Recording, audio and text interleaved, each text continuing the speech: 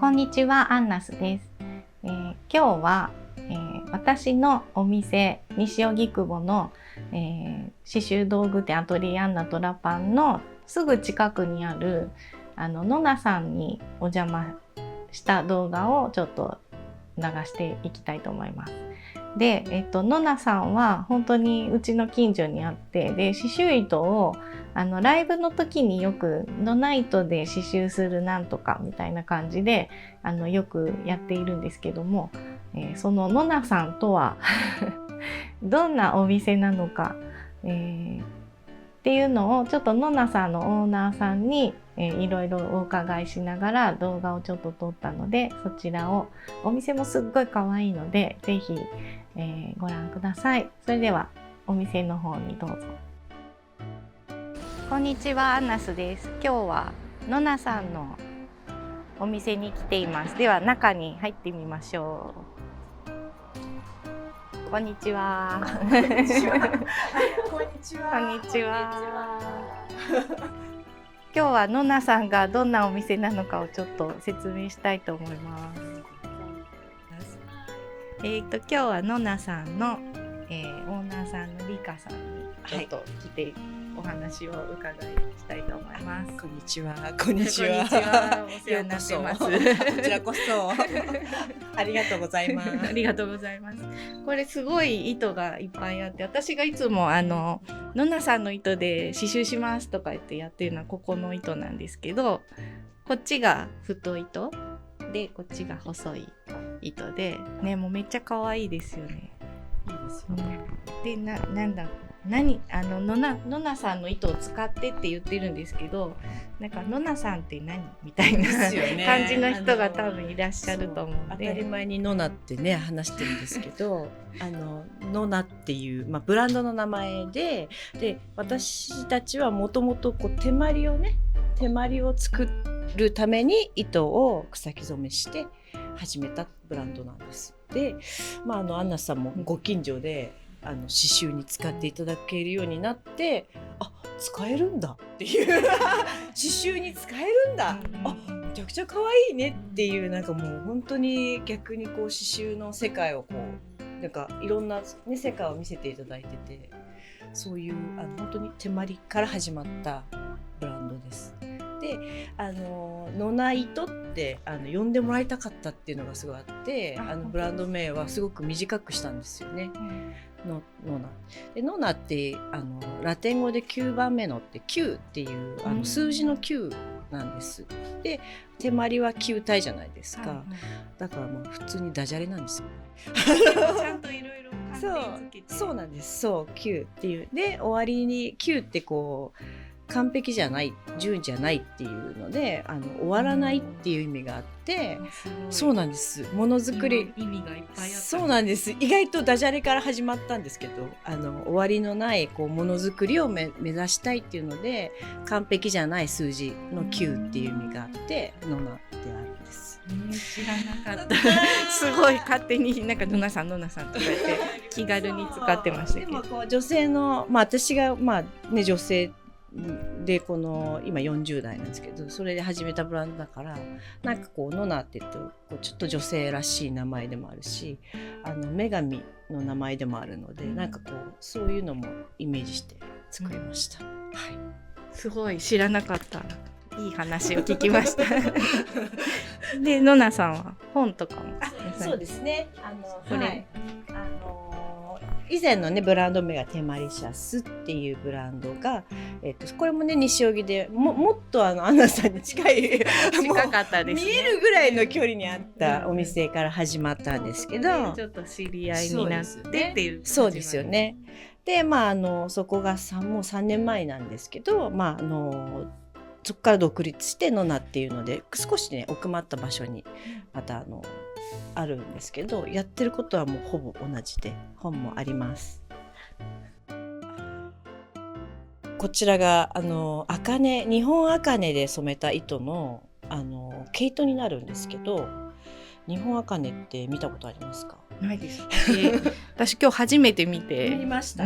これが我が家にちょっとあんまり育ってはないんですけど、これでも3年育ったこれ3年なんですか？ 3年で、このね、わかります？ちょっと赤みがある、はいはい。これが日本茜の根っこで、この根っこの部分で染める色なんですよね。で、茜色ってよく言うじゃないですか、まさにこれが日本茜の色で、でこれはこの育てている農家さんみたいな方から入手して、これ乾燥したものなんですけど、ひじきみたいですよね、まるで。すごい。これぐらい繊細な細さの日本茜の根で、色を出すっていうのを、だいたいノナは茜がシンボル、プランツなので、なんかそれをだいたいこのノナの誕生日の5月9日に、染める機会をやってるんですけど、でまあやっぱりこの3年でこんだけしか育ってないっていうレベルの線で、やっぱこの細いじゃないですか、だから色がやっぱなかなか出ないんですよね、濃い色っていうのが。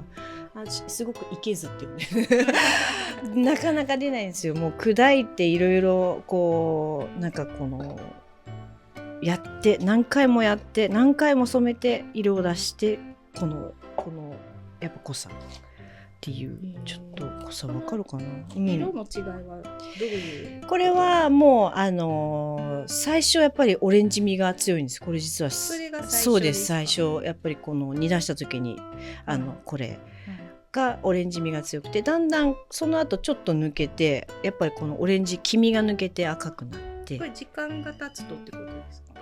いや染めて、色素吸うじゃないですか、で2番目のその液2回目の染め、なるほど。でだんだんまた色素吸うじゃないですか。液をたくさんそうなんですよ。で順番につけていく。何番液これが例えば3番液とかでだんだん薄くなっていく。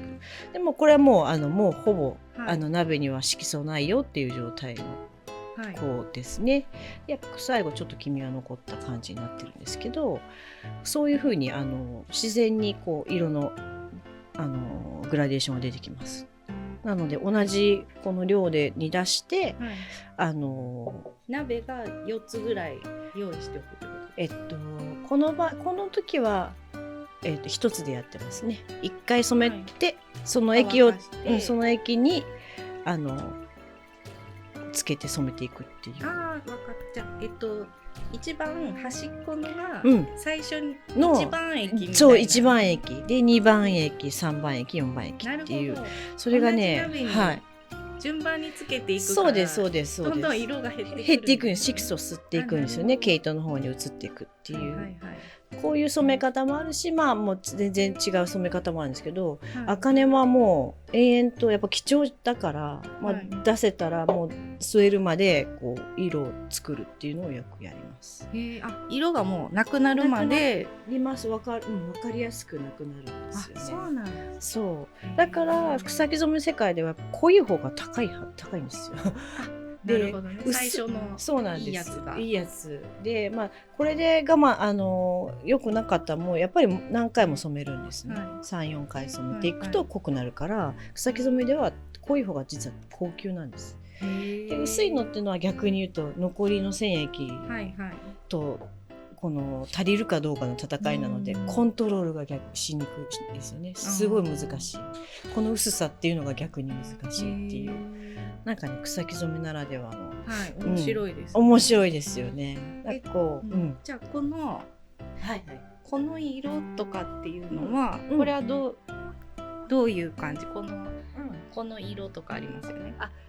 結構同じインド茜でも色が違いますよね。そうですね。これはインド茜っていうさっきの日本茜よりずいぶん太い、もっと太めの根っこで染めてるんですけど、焙煎がそうですね。これ全然違うの分かります？本当だ。そう、ちょっと太いんですよね。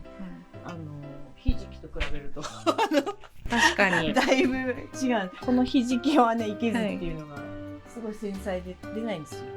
それに比べてインド茜の根っこは強いです。なのでガッて色も出やすくて、このぐらい濃いのも出るんですけど、ここはもうそうですね、焙煎一緒なんですよ。これ茜で、特にこれとかも同じ茜なんですけど、そうこれはもう焙煎っていう焙煎、色を変化させる、はい、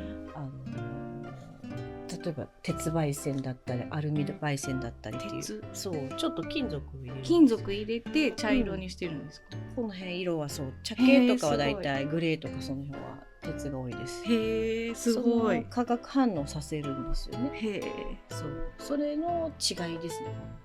へえ、すごい。だからこんなに同じインドアカネでも全然違いますね。違いますね。でそういうふうに色同じものでこう焙煎で色を変える場合もあるし、はい、緑とかは、はい、このわかりますかね、インドアイと円樹って書いてあるんですけど、はいはい、これは2つ色を重ねているんですよね。はい、インドアイで青を出して円樹っていうので黄色を出して、はい、青と黄色を重ねて出す、緑を作るっていう重ね染めっていうのがあります。だからなんか2つ名前書いてあるやつありますよね。そう2つあるのが重ね染めで、これも草木染めで言うとやっぱ高級品ですよね。そうですよね。手間がかかります。手間はもうシンプルに倍かかります。でも値段は一緒になってます。もういろいろ試行錯誤したんですけど、はい、もう一緒じゃないと私たちも管理ができないっていうのと、やっぱりなんかこう私は作り手なので、これが倍したら嫌じゃないですか。でも緑も使いたいし黄色も使いたい、なんか同じ風景にこっちが高級だから使えないとかちょっと嫌だから、そういう時になんかこうクリエーションのバリアにはしたくなくて、やっぱ同じ値段にして、平均すればいいかなっていう。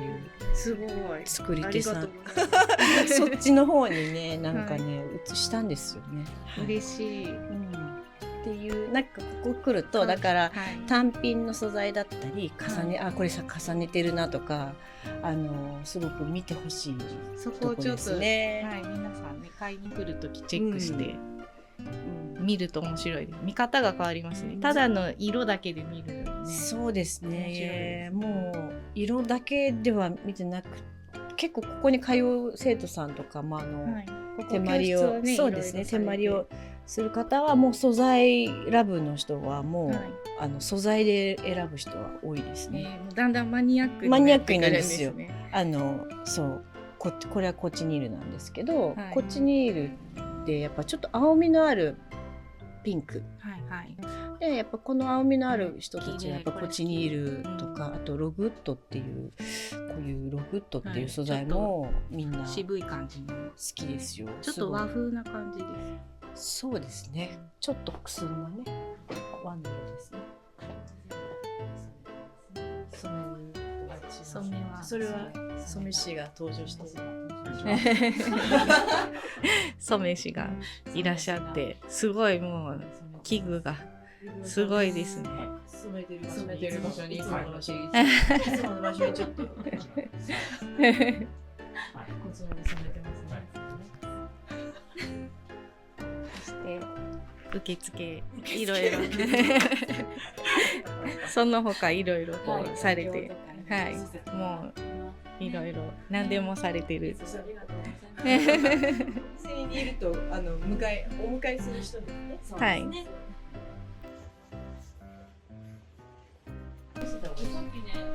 チニール虫だそうです。虫です。貝殻虫だそう。貝殻虫。結構ウインナー。かまぼこのピンクはコチニールだったりするんですよね。だから私全然抵抗がないんです。コチニールは。添加物として食べる。サボテンにつく貝殻虫。日本でもこれはもう仕入れないと無理ですよね。染料としては仕入れた方が自分家にあるのでもやったことあるんですけど、薄かった。フレッシュな子は薄くってで日本の子は多分パワフルじゃないかも。でやっぱふやけると砕く感じだね。砕いて色を出す。ふやけると虫に戻ってきますね。これがこういう感じに。そうですね。すごい。でこのこんなにコチネイルの草木染めの教室がすぐ埋まります。ね。そうなんですか。大好きやっぱり皆さんこの色がはやっぱりへー染めたいと思いますね。コチニールがやっぱみんなやりたいんですよ。人気だし、染めてて、なんかすごい、はっってなるね。心が動くんですよ。そうなんですか。染めてる瞬間が楽しいんですね。っていうなんかすごいこう鮮やかな色が出るから、はいベージュとか出るよりは赤いこっちのハッとした鮮やかな色が出ると、楽しいですね。あと焙煎につけた時にパッて変わるのがすごい楽しい。草木染めで今毛糸を染めてて、それでこのパターンもノナオリジナルのパターンでキットになってるんですけど、これを編む教室も、染めて編む教室もあります。あ、染めるところからやるすごい教室もあります。で編み物もゼロからの人っていうゼロからニッティングっていうクラスもあって、これ中に色が入ってるのもはう楽しいでしょ。これもうオールスターが入ってます。全部今言ったそうなんです。コチニール、ログッド、アカネ、そう玉ねぎとか、これコンフェッティっていう紙吹雪みたいな名前なんですけど、私たちから言うと草木染めオールスターが入ってます。そう。すごい、これは面白いですね。作りがいがありそうですね。可愛いんですよ。編んでても楽しいから。